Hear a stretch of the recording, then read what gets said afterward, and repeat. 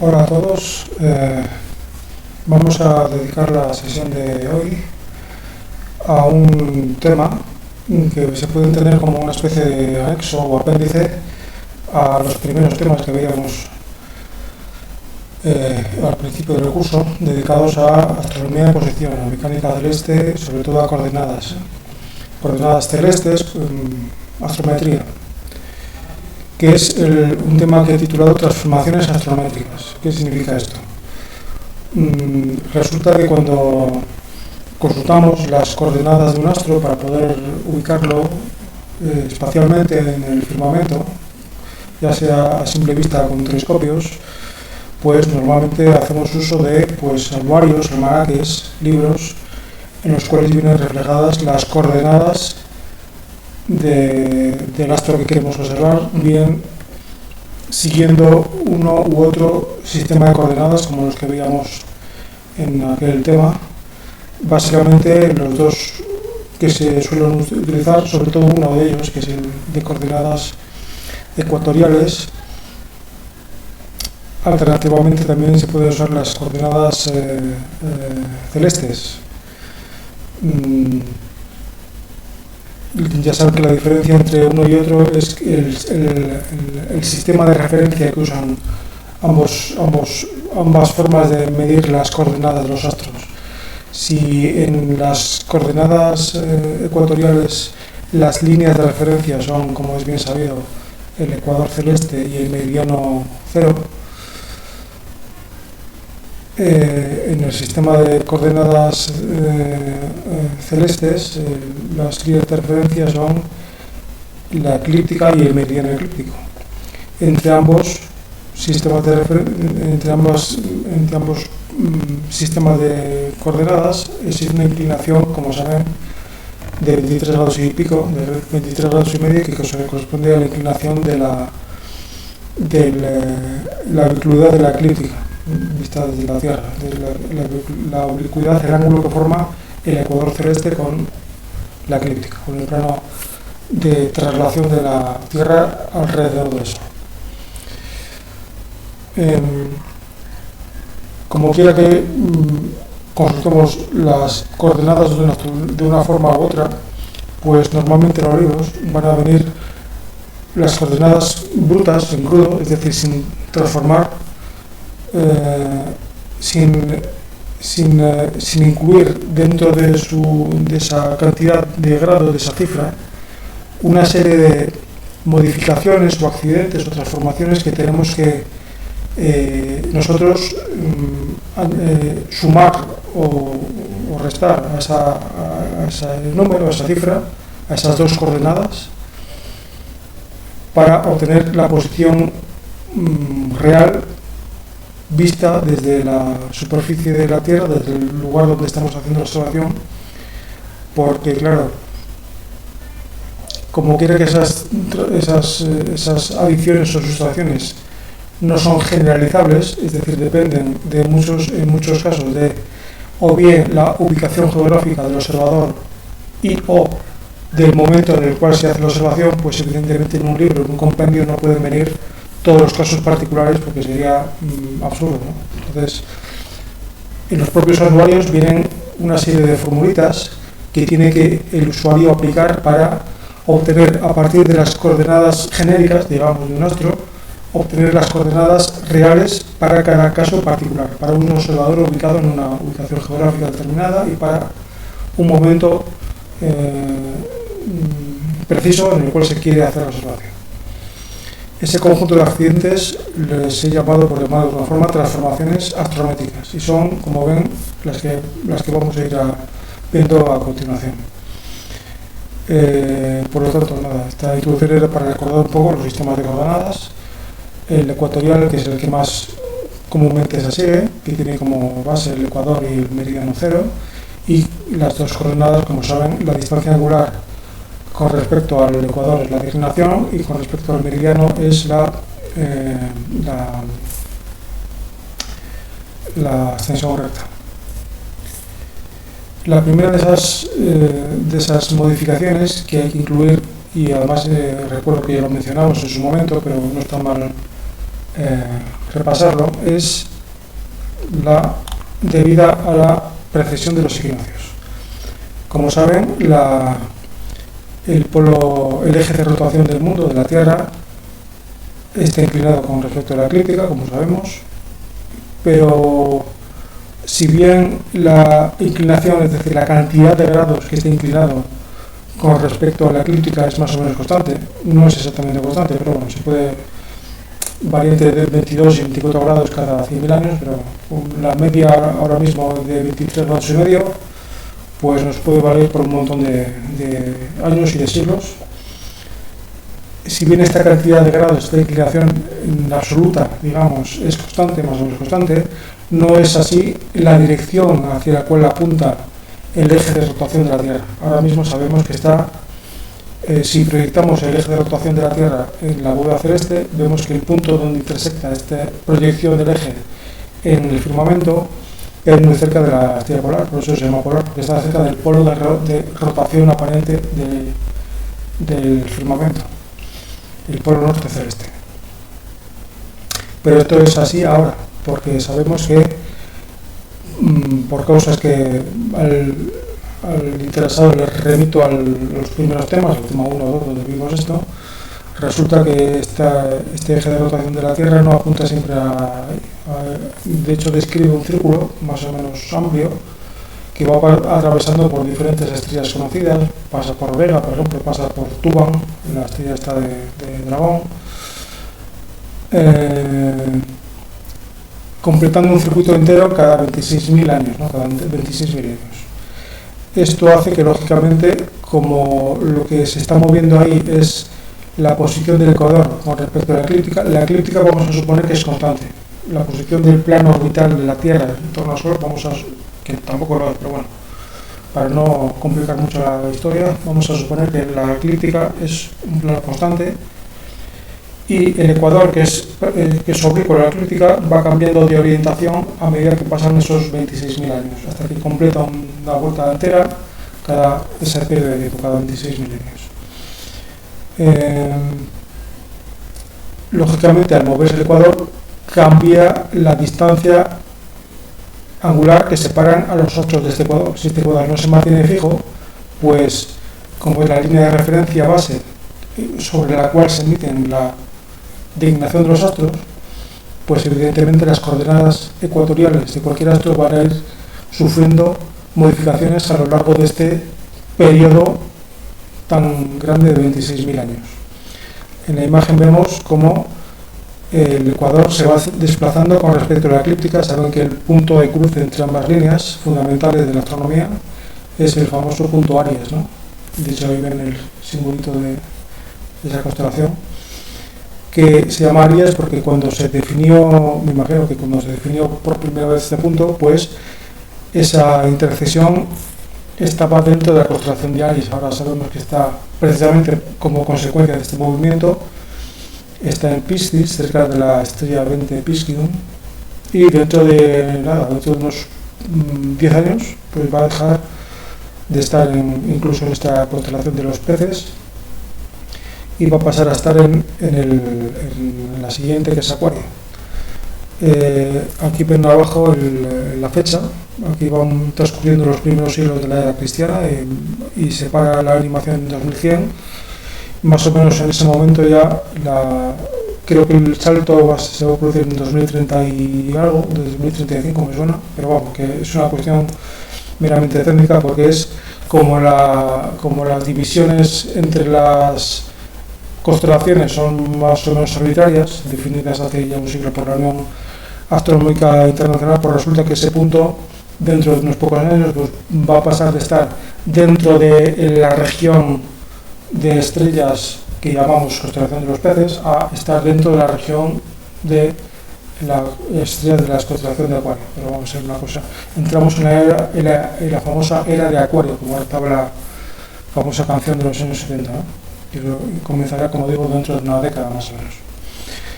Entonces ven que, por ejemplo, la declinación de esta estrella de Pegaso, pues evidentemente va aumentando con el tiempo. No es lo mismo la que pudieron medir los astrónomos griegos y romanos en el primer siglo de nuestra era, de la que medimos nosotros ahora mismo y la que miran nuestros hijos en el año 2100, ¿no? La civilización va aumentando, pero también va aumentando o va cambiando por lo menos la ascensión recta, como el meridiano cero es el que pasa por el polo norte, el polo sur y precisamente el punto Aries. Aquí no lo viene dibujado, pero sería más o menos una línea. De hecho, creo que es bastante coincidente con este lado del cuadrado de Pegaso, más o menos pasa por aquí ahora mismo.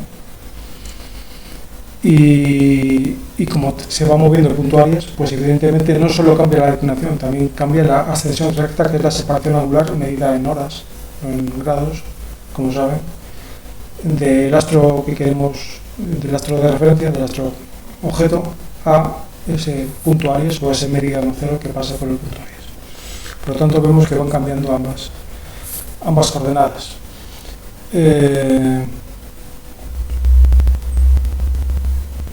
Esto es el efecto conocido como precesión de los equinoccios. En los anuarios, en los almanaques, si se dan cuenta, y esto creo que también lo comentamos en su momento, vienen referidas las coordenadas de los astros de Sirio, de cualquier estrella de las que vemos aquí en esta animación, referidas normalmente a la posición del equinoccio, del punto Aries, en el año 2000, concretamente a las 0 horas del 1 de enero del año 2000. Dentro de poco, pues empezaremos a ver que en los anuarios vienen referidas las coordenadas de los astros respecto a la próxima fecha de referencia, que será ya 2050, como dentro de poco van a pasar. Vamos a cambiar ya de cuarto de milenio, de cuarto de siglo. En el 2025 ya estamos en el segundo cuarto del siglo XXI. Pues empezaremos a ver las fechas, las coordenadas de los astros referidas a la posición de ese punto, la que tendrá en el 1 de enero a las 0 horas del año 2050. Quiero decir que no es lo mismo las coordenadas que aparecen ahora en los libros que las que aparecerán dentro de unos años cuando empecemos a usar ese punto de referencia referido a la posición que tendrá dentro de 25 años, para demostrar así que las coordenadas van cambiando con el tiempo. Bueno, esto es la primera de los ejercicios que yo creo que se entiende bastante fácilmente. Como las líneas de referencia van cambiando, pues las coordenadas también van cambiando correlativamente. El segundo de las anomalías o de los accidentes es debido a la nutación, que también vimos en su momento cuando estuvimos hablando de la Luna. Es un pequeño cambio, esta animación está muy exagerada, no es tan amplio como ven ahí, pero bueno, para que se entienda que vemos que el eje de rotación de la Tierra, además de ir cambiando de orientación en ese circuito de 26 milenios, va cambiando también un poquito de ángulo. El propio ángulo de inclinación del eje de rotación de la Tierra con respecto a la eclíptica, pues va cambiando, creo que son como 18 minutos en total cada 18 años. Esto de los 18 años nos suena a algo de la Luna, ¿no? Es el periodo de tiempo que pasa entre dos lunasticios mayores consecutivos.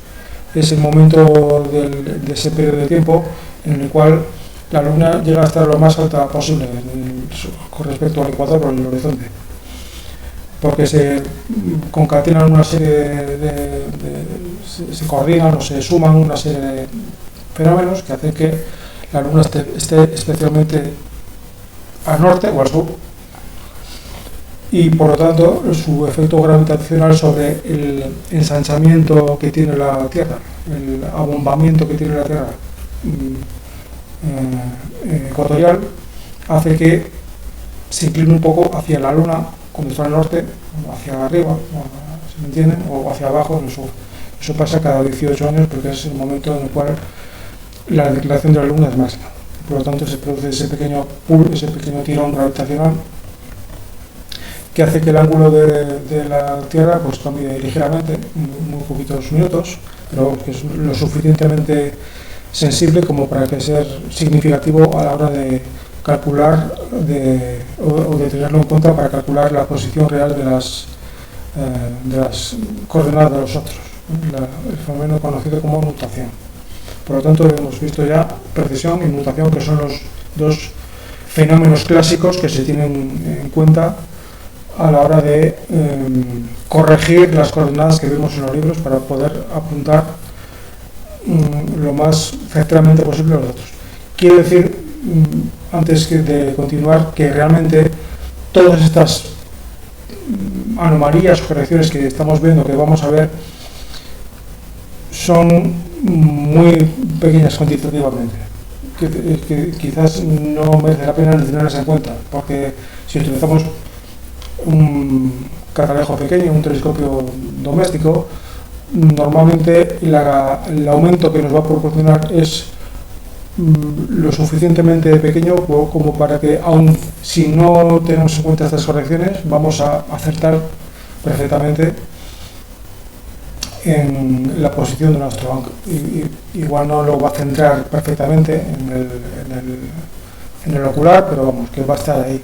Aunque no tengamos, porque estamos viendo que son correcciones de minutos, de segundos, estamos hablando de ese intervalo. Hombre, la precisión con el paso del tiempo sí que va adquiriendo ya envergadura de grados, pero en principio, a no ser que estemos usando un libro del siglo XVIII, por ejemplo, pues entonces las coordenadas ya no serán las mismas, la de las estrellas, pero vamos, como todo el mundo más maneja bibliografía actualizada, más o menos, pues entonces las correcciones que hay que hacer son insignificantes. Casi no merece la pena explicarlas tanto por el hecho de tener que corregirlas, sino por el hecho de entender de dónde vienen, que yo creo que puede tener algún interés desde el punto de vista de la divulgación astronómica. La siguiente de ellas es la siguiente salvedad que hay que tener en cuenta a la hora de encontrar a partir de sus coordenadas un astro, es el movimiento propio. Resulta que las estrellas se mueven. Si se acuerdan, la primera pregunta que hacía yo en la primera sesión del curso, me preguntaba siempre, empezamos igual, ¿no? ¿Las estrellas se mueven o no se mueven? Pero resulta que sí, que se mueven. Incluso aunque las llamadas estrellas fijas las llamamos así para distinguir a los planetas es evidente que se mueven, ¿no? No solo como consecuencia de la rotación de la Tierra, que vemos toda la curva celeste girar, sino que es que además ellas mismas se van moviendo por entre las estrellas de las constelaciones. Por eso las llamamos estrellas vagabundas o errantes, ¿no? Los planetas. Pero es que las fijas, con respecto a las cuales se mueven las móviles, los planetas, pues tampoco son fijas. Y esto ya se dieron cuenta los astrónomos del siglo XVIII, cuando, comparando la posición de algunas estrellas con respecto a la cual habían las que había anotado los astrónomos griegos, Hiparco y esta gente, pues el error era lo suficientemente abultado como para no poder atribuirse simplemente a la diferencia tecnológica que existía entre los griegos y los europeos del siglo XVIII, ¿no? Es decir, había un cambio de coordenadas tal que no se podía explicar simplemente porque los griegos no tenían los instrumentos de precisión suficientes como para anotar con exactitud las coordenadas de los astros, ¿no? Había algo más, y lo más que había es que los astros efectivamente se habían movido en esos 2000 años de intervalo, pues la posición se había cambiado lo suficiente como para ser sensible incluso con instrumentos de la época, ¿no? Del siglo XVIII-XIX. Resulta que las estrellas se van moviendo, no tienen posiciones fijas, pero este es un movimiento tan lento, tan débil, tan insignificante, que no nos damos cuenta de un día para otro, por supuesto, pero ni siquiera de un año para otro, y si me apuran, de un siglo para otro. Las estrellas más o menos de las que vemos nosotros, la forma de las constelaciones, las conocidas, pues es básicamente la misma que la que veían en el siglo XIX, y a simple vista yo creo que sería indistinguible de la configuración del cielo que vio Eratóstenes o que vio Hiparco.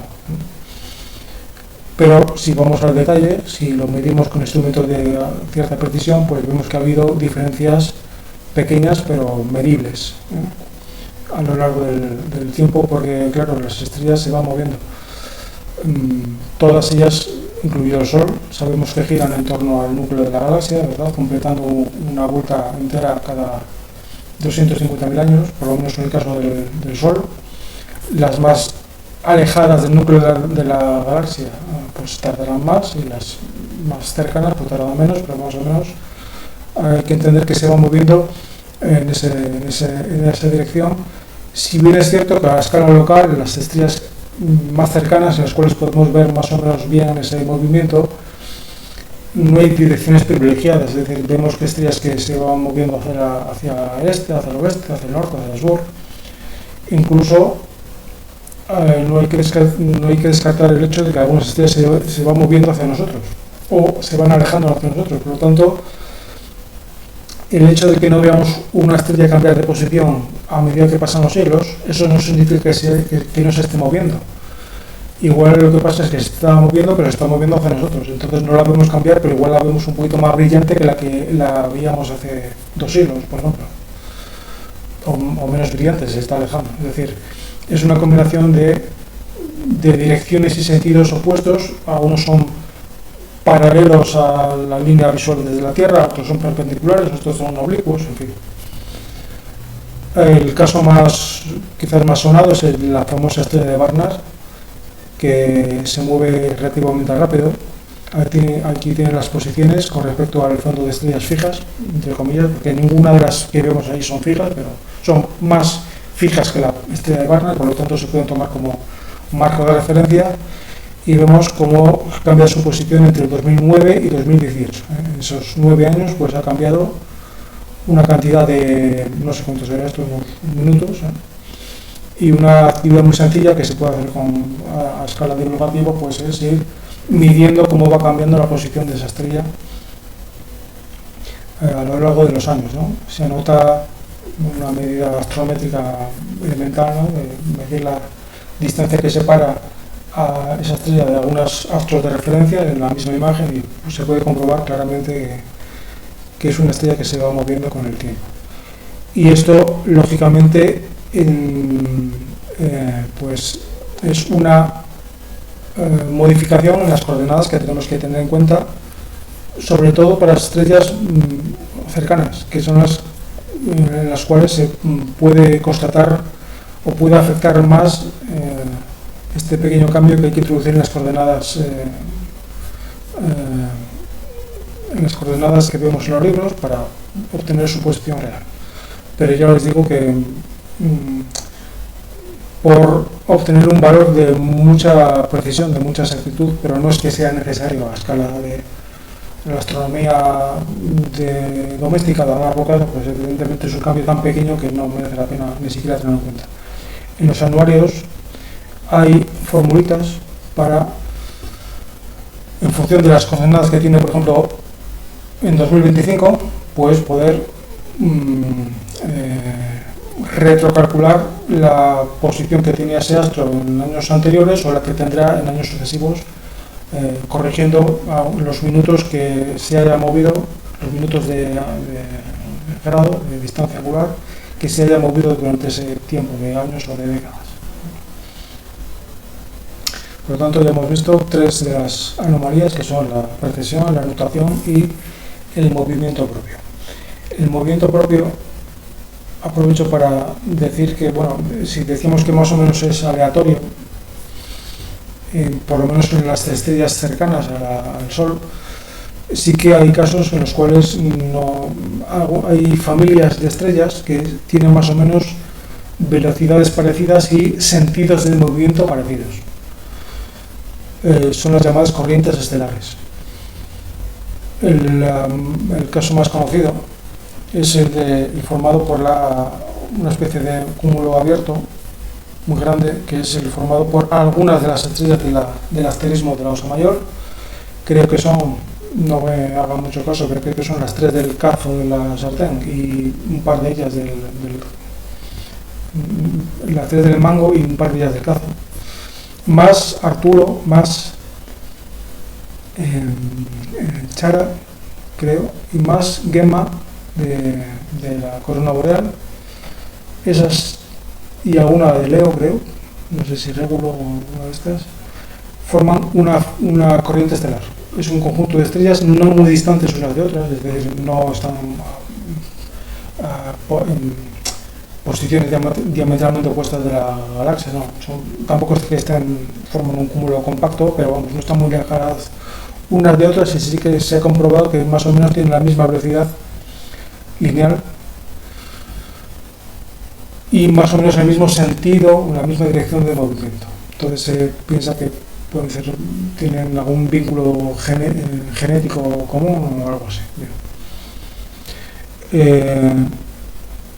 Me imagino que entendemos todos la distinción entre velocidad lineal y velocidad angular. La que nosotros constatamos aquí, por ejemplo, en la estrella de Barnard, es la velocidad angular.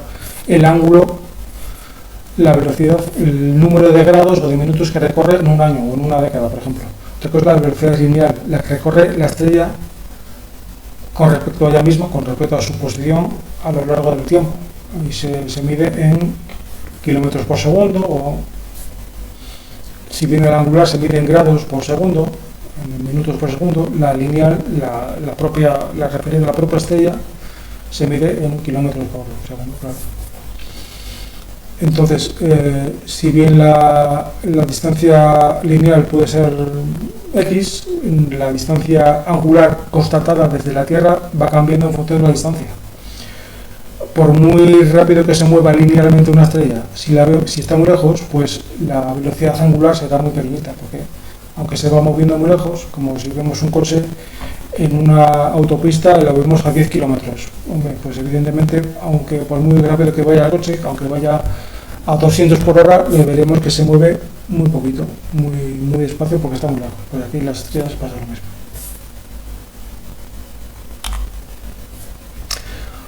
Otra modificación, otra adición o sustracción que tenemos que hacer a las coordenadas que aparecen en los anuarios para transformarlas a coordenadas reales o físicas o visuales, es la que vimos precisamente creo que fue la última sesión en la que nos vimos, que es la famosa refracción atmosférica. Como resulta que la atmósfera es un fluido bastante denso, los rayos de luz que nos llegan de las estrellas, al atravesar este medio más denso que el vacío, pues sufren un fenómeno conocido como refracción, que es un cambio tanto en la velocidad de propagación de esas ondas como en la dirección de propagación de esa perturbación, que es si entendemos la luz como una propagación de ondas, ¿no? como una secuencia de ondas. En esta animación del Stellarium, pues se ve el mismo cielo, el mismo trocito de cielo, con y sin atmósfera. El fotograma más gris es gris precisamente porque está simulando el programa la presencia de una atmósfera, pues vemos que la posición de las estrellas va cambiando. Todas se separan un poquito más del horizonte, ¿no? Precisamente para dar cuenta de esa refracción. Y si se dan cuenta, la refracción es especialmente intensa en los astros que están bajitos, que tienen alturas bajas, que están cerca del horizonte. La refracción de esta estrella es mucho más acusada que la de esta, por ejemplo, que apenas se mueve. Consecuencia, lógicamente, de que la luz que tiene que atravesar los fotones que nos llegan de esa estrella tienen que atravesar capas mucho más gruesas, porque pilla más de refilón, por así decir, la atmósfera de la Tierra, y atravesan muchos más kilómetros de aire, de atmósfera, y por lo tanto se ven más afectados por la refracción, y por lo tanto el ángulo con el cual inciden esos fotones en mi retina o en el objetivo del telescopio es mayor en ese caso. Entonces, sobre todo si queremos calcular coordenadas altazimutales a partir de ecuatoriales, cálculo que es muy sencillo y que se puede hacer con una calculadora muy fácilmente, pues tendremos que tener en cuenta esta refracción, sobre todo para astros que tienen posiciones muy bajas con respecto al horizonte. Sí que es cierto que ahora mismo casi nadie usa los libros y las revistas para obtener coordenadas.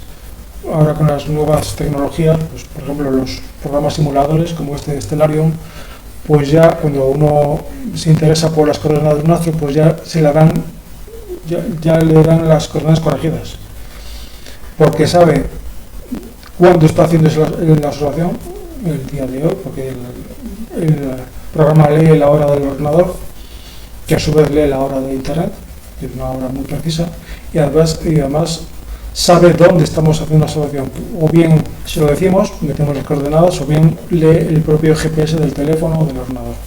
Entonces, el programa ya es capaz de hacer estas modificaciones en las coordenadas. Por lo tanto, las coordenadas que nos dan ya son las reales, las visuales, las físicas, las verdaderas, y no hay que hacer estas transformaciones.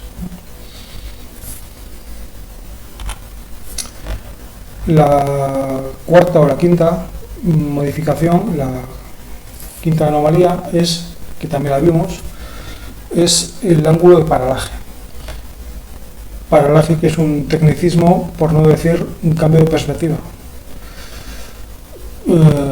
que se puede apreciar, se podría llegar a apreciar para objetos relativamente cercanos, para astros cercanos. Para la Luna se aprecia con facilidad, para los planetas ya es difícil, para las estrellas es prácticamente imposible, sobre todo con instrumentos al alcance del aficionado. Hombre, si tenemos observaciones precisas por parte de los profesionales de los observatorios, se puede intentar calcular el ángulo de paralaje de un astro, pero ¿qué sucede? La paralaje es una triangulación, es resolver un triángulo, como diría un matemático, un geómetra. Resulta que cuando veo un objeto proyectado sobre un fondo fijo, en el cual vamos a suponer que no hay paralaje, que está lo suficientemente lejos como para que el cambio de perspectiva del observador no afecte a su posición, pues este objeto cercano, más cercano que el que tengo en el fondo, pues va a sufrir un cambio de posición a medida que el observador va cambiando de posición. ¿Me explico? Y esto creo que habíamos puesto el ejemplo del famoso dedo pulgar con el brazo extendido y mirándolo con respecto a la pared o algún objeto que tengamos lejano, con el ojo derecho y con el ojo izquierdo, ¿no? Guiñando ambos ojos, pues vemos que el dedo aparentemente va cambiando de posición, a veces está más a la derecha, a veces más a la izquierda. Evidentemente el dedo no ha cambiado, lo que ha cambiado es la posición del observador, porque no es lo mismo verlo con el ojo izquierdo, en el cual lo veo proyectado sobre la parte derecha de la pared, y viceversa. Este triángulo, formado por la distancia entre los ojos y la distancia del ojo al pulgar, o al objeto que estoy viendo, permite, con un truco geométrico muy sencillo, calcular la distancia que me separa a este objeto, cosa que es una de las incógnitas más famosas de la astronomía, ¿no? ¿A qué distancia nos separa a nosotros? Pues si veo la Luna, que desde León está a punto de pasar por delante de Regulus, por ejemplo, pero desde Estados Unidos la misma Luna, en el mismo momento de la noche, evidentemente aquí en los países no será de noche, pero bueno, a una cierta distancia está la Luna a varios grados de ángulo, pues eso significa que la Luna está lo suficientemente cerca del observador como para que el cambio de perspectiva,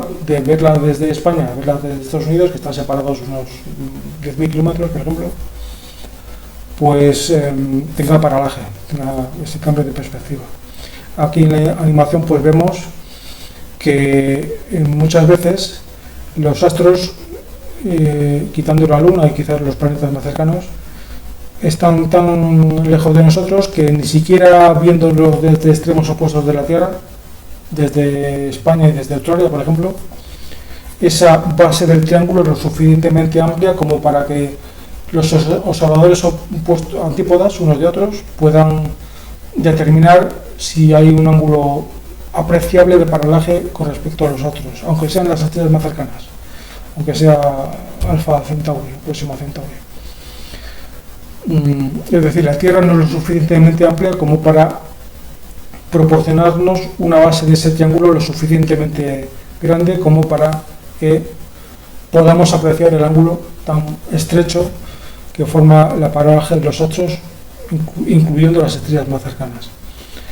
La solución es ampliar esta base del triángulo, es decir, no hacer la observación dentro de la Tierra, sino aprovechar precisamente que la Tierra, a lo largo de su camino en torno al Sol, pues se va ubicando en posiciones diametralmente opuestas con respecto a esta órbita de 150 millones de kilómetros de diámetro, de radio, perdón.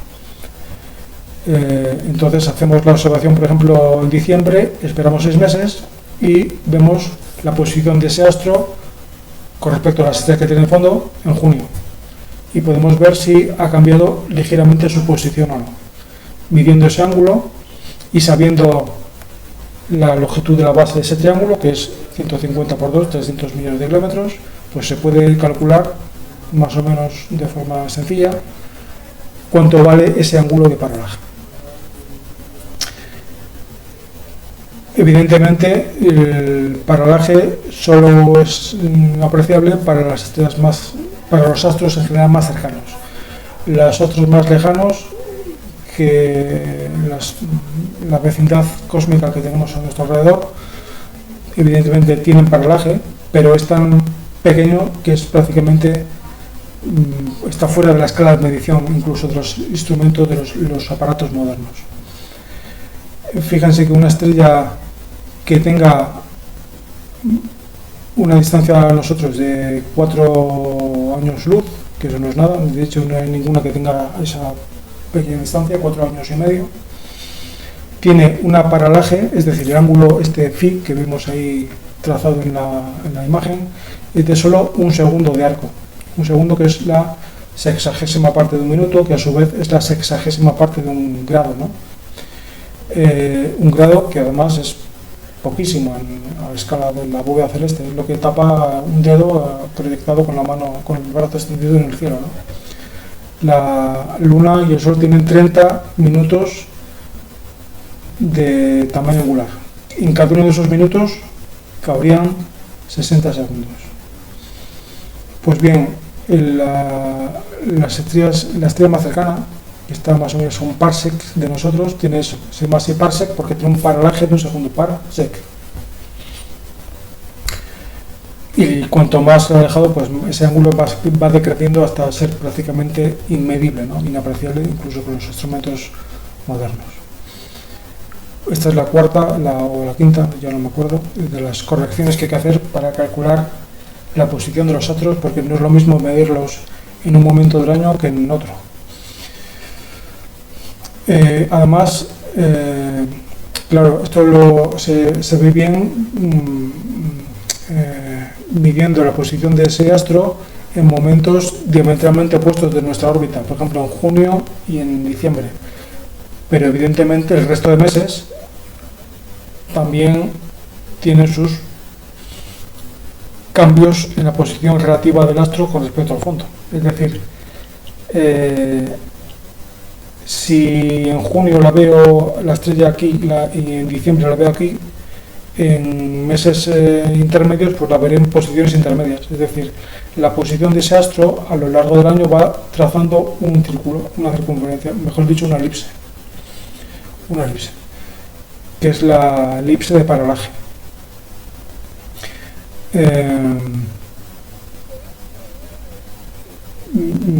Yo creo que si vemos este diagrama en 3 dimensiones se entiende. Aquí está proyectado en un plano, por lo tanto no podemos ver la tercera dimensión, pero yo creo que se entiende, ¿no? Si vemos ese astro en enero, febrero, marzo, abril, mayo, pues evidentemente su posición para nosotros va cambiando con respecto a las estrellas que tiene de fondo y va trazando una circunferencia, una elipse. Esta elipse es una circunferencia perfecta cuando el astro que estamos viendo es perpendicular al plano de traslación de la Tierra, es decir, es perpendicular a la eclíptica. Dicho de otra forma, la elipse de paralaje de las estrellas cercanas al polo eclíptico, no al polo norte del este, a la polar, sino al polo eclíptico, que como saben está en Dragón, pues tienen elipses de paralaje circulares. Son circunferencias casi perfectas. Mientras que las estrellas cercanas a la eclíptica, por ejemplo, pues qué sería, Regulus, por ejemplo, pues tienen elipses de paralaje degeneradas en líneas, en segmentos, porque el semieje menor de la elipse es nulo, solo se mueven, solo trazan una elipse que es una línea, la mitad del año se mueven hacia el este, por ejemplo, y la otra mitad hacia el oeste. Y posiciones intermedias pues tienen elipses más o menos excéntricas o achatadas, tanto más circulares cuanto más se aproxima la estrella objetivo al polo norte eclíptico o al polo sur eclíptico.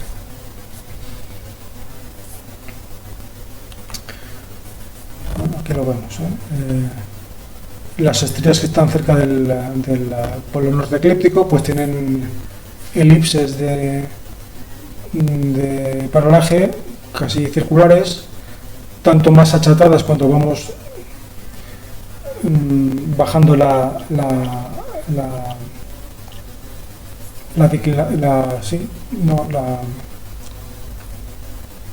latitud de la estrella que queremos observar, y justo en la eclíptica pues sería un segmento que es una elipse que no tiene semieje menor. Además de este efecto, evidentemente el diámetro, el tamaño de esa elipse va cambiando a medida que la estrella se va alejando. Es decir, no es lo mismo la elipse de las estrellas relativamente cercanas, que es una elipse grande, medible, en cierto sentido, que la elipse de paralaje de las estrellas alejadas, que es prácticamente nada, un punto. Esta elipse es la forma que tendría la trayectoria orbital de la Tierra vista desde la estrella. Vamos a fijarnos, por ejemplo, en esta estrella de aquí. Desde aquí, desde la Tierra, esto es el Sol, esto es la Tierra, que va dando vueltas en torno al Sol a lo largo del año, y la vemos viendo en distintas posiciones. La coordenada que seguramente me va a aparecer en el libro, en los libros, en los sonorios, es la del centroide de esa elipse, más o menos, por término medio. Pero la verdadera, para saber la posición verdadera en función del mes del año en el que estoy haciendo la observación, pues a veces la voy a ver un poco más al este, un poco más al oeste, norte-sur, de esa posición media central. Por lo tanto, aquí veo que a lo largo del año la estrella va trazando una elipse muy pequeñita, tanto más pequeña cuanto más lejana sea la estrella, en torno a esa posición media. Pues bien, lo que decía hace un minuto es que si yo veo la órbita de la Tierra girando en torno al Sol desde esa estrella, pues vería una elipse con esa forma y esas dimensiones. Es decir, si yo me voy a esa estrella y con un telescopio muy potente apunto hacia el Sol, pues vería un planeta, que es la Tierra, que está orbitando en torno a ese Sol, trazando una elipse que tiene la misma forma y las mismas dimensiones que la elipse de paralaje que yo veo de esas estrellas desde la Tierra. Creo que me explica. La siguiente anomalía, que quizás es la menos intuitiva, la más difícil de apreciar, pero que se puede medir, es la llamada aberración. Hay varias aberraciones, pero la más importante es la aberración ALMA. La aberración es la resultante, es una corrección, una anomalía que hay que incorporar a las coordenadas como resultado de la finitud de la velocidad de propagación de la luz y de las radiaciones electromagnéticas en general. Como resulta que la luz no se propaga a una velocidad infinita, como demostró Rømer en el siglo XVII, ¿no? Pues no nos resulta difícil entender que para poder observar una estrella no puedo apuntar directamente a esa estrella. Podría hacerlo si los fotones que salen de esa estrella llegaran inmediatamente, es decir, sin una distancia de tiempo apreciable, de la estrella a mi ojo, atravesando el tubo del telescopio. Pero ¿qué pasa? Si yo miro a una estrella directamente, como la observación la estoy haciendo desde la Tierra se va moviendo. Y cuando el fotón de la estrella ha llegado al objetivo de un telescopio de 1 metro de largo, ¿no? Como este refractor que tienen ahí. Cuando el fotón de la estrella ha llegado a la lente del objetivo, desde que llega a la lente del objetivo hasta que llega al ocular, pasa un cierto periodo de tiempo. Ya sé que es cortísimo, casi inapreciable, pero no nulo, es lo que quiero decir. Por lo tanto, si yo apunto directamente de forma paralela mi tubo hacia la estrella, cuando el fotón llega a la lente del objetivo, yo me voy moviendo en torno al Sol con la Tierra bajo mis pies y ese fotón no va a llegar al ocular, se va a estrellar contra la pared interna del tubo, ¿sí? Porque lo voy arrastrando conmigo. Puede que haya atravesado la lente del objetivo, pero le voy a dar un golpe con mi tubo porque me lo estoy llevando conmigo, porque la Tierra me lleva en torno al Sol a una velocidad apreciable de 30 km por segundo, que no es la de la luz, pero que no deja de ser no es conmensurable con la de la luz. Evidentemente no es tan rápida, pero es un cierto porcentaje de 0,001% por ejemplo, de la luz, lo suficiente como para que se dé este efecto de la aberración lumínica. ¿Qué tengo que hacer para que el fotón y por lo tanto el rayo de luz y por lo tanto la imagen telescópica de esa estrella llegue bien a mi ojo? Pues inclinar el tubo una cierta cantidad de grados, no de grados, de segundos. De hecho, son concretamente 20 segundos. Constante, porque como quiera que la velocidad de la luz es constante, este ángulo en el cual tengo que corregir yo la dirección de mi tubo para poder ver la estrella es constante, son de 20 segundos y pico. Si hago esa corrección, entonces le doy espacio para que ese fotón siga paralelo al tubo y llegue del objetivo al ocular y se introduzca mi ojo y la retina y pueda ver la estrella. Si no lo hago, pues veré negra, porque no estoy apuntando a la estrella. Es decir, para nosotros las estrellas no están donde parece que están, sino que están desplazadas 20 segundos en función del momento del año donde estoy haciendo la observación, porque claro, a veces la Tierra me lleva hacia el este, a veces la Tierra me lleva hacia el oeste, en una dirección u otra. Entonces, esto pasa como con la paralaje, que en función del mes donde estoy haciendo la observación, el ángulo de corrección del tubo telescópico, la cantidad de grados es constante, la inclinación es constante, pero la dirección de esa corrección va cambiando a lo largo del año, para ir compensando este efecto de aberración en función del mes del año donde estoy haciendo la observación. Entonces suelo explicar muchas veces en los libros con un paisanito que está tapándose de la lluvia, ¿no? Vamos a imaginar que no hay viento y que la lluvia está cayendo de forma vertical. La lluvia, en la analogía, son los fotones que me están cayendo en el cielo de la estrella, ¿no? ¿Cómo me tapo de esa lluvia? Pues con un paraguas que en principio, si yo no estoy moviéndome, pues tiene una posición paralela a la dirección de las gotas de la lluvia. Claro, si es un paraguas normal y corriente, pues lo coloco vertical, paralelo a la plomada, paralelo a mí, y por lo tanto paralelo a la dirección de caída de las gotas. Pero claro, si me pongo a correr, me pongo a caminar, pasa lo siguiente, que a veces puede suceder que una gota que esté delante de mí haya rebasado, no haya llegado a impactar contra la lona del paraguas, pero como yo me estoy moviendo, aunque ha rebasado la lona, el paraguas, yo me la encuentro y me da en la nariz, en la cara. Y me moja igual. Alternativamente, la espalda la tengo seca, porque no es las gotas de lluvia que voy dejando atrás no caen en la espalda, sino que caen caen en el paraguas. ¿Cómo evito yo este efecto pernicioso para mi salud invernal? Pues muy sencillo.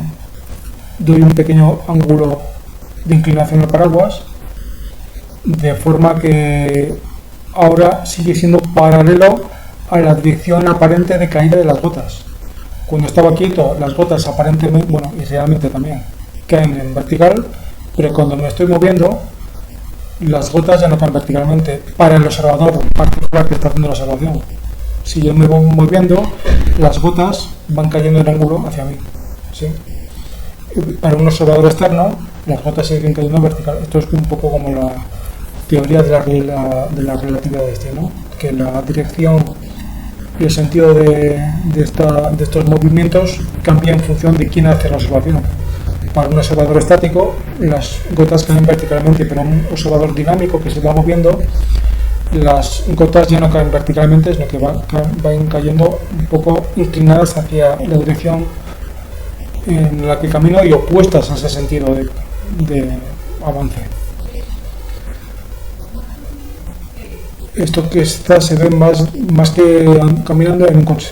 En un coche, cuando está cayendo una nevada de estas serenas que van cayendo los copos tranquilamente de forma vertical, si yo cojo un coche y me pongo a 50 km por hora, parece que la nevada me va cayendo a mí, y los copos, en vez de caer vertical, se van impactando contra la luna, contra el parabrisas del coche.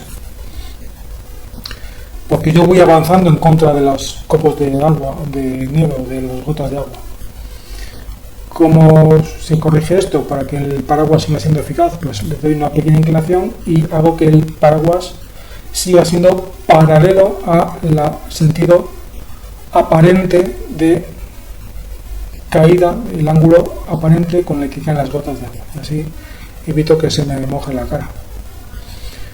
Pues la analogía de estos elementos es que el paraguas es el telescopio y las gotas de agua son los fotones que me llegan de la estrella. Evidentemente los fotones son mucho más rápidos, pero el fenómeno es igual.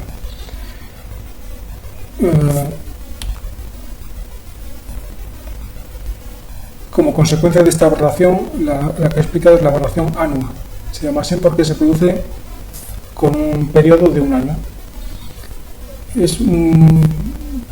Va a correr un poco en paralelo a la que vimos hace un minuto, a la anomalía debida a la paralaje, pero tiene una génesis totalmente diferente. Esto es debido simplemente a la finitud en la propagación de las ondas lumínicas, al hecho de que la luz se mueve a 300.000 km por segundo en el vacío.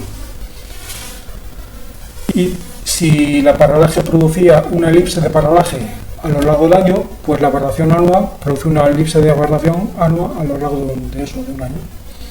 Y también tiene el comportamiento, las características de la elipse de paralaje, en el sentido de que las estrellas cercanas al polo eclíptico tienen unas elipses de aberración prácticamente circulares, y las estrellas cercanas a la eclíptica pues tienen elipses de aberración degeneradas en líneas, en segmentos, como pasa con el caso de las elipses de paralaje. Y posiciones intermedias pues tienen excentricidades de esa elipse pues intermedias.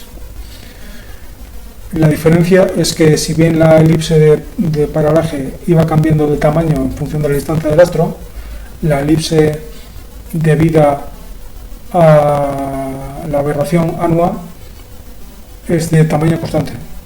Son 20 segundos de diámetro, tanto para las cercanas como para las lejanas, porque no por el hecho de estar cerca o lejos la velocidad de los rayos de luz que me llegan de esa estrella va a cambiar. Eso es constante para todas las estrellas. Y además tengan en cuenta que estas correcciones que vamos viendo, la precisión, la notación a momento propio, a veces tienen efectos sinérgicos que hay que ir añadiendo grados debidos a unas y a otras, o a veces tienen efectos antagónicos, que lo que sumo en declinación por efecto de la aberración lo tengo que restar por efecto del momento propio, por ejemplo. Entonces, si sumamos todas pueden tener pues una corrección total incluso de 1 grado o de 2 grados, pero normalmente se suelen compensar unas cosas con otras y esto hace que el efecto total pues no sea muy significativo a la hora de hacer una observación astronómica.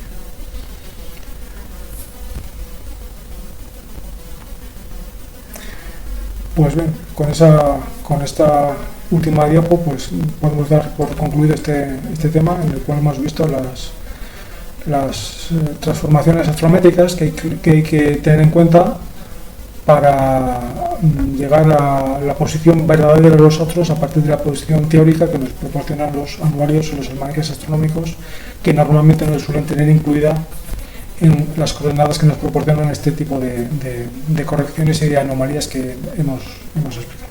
Pues, muchas gracias por escucharme.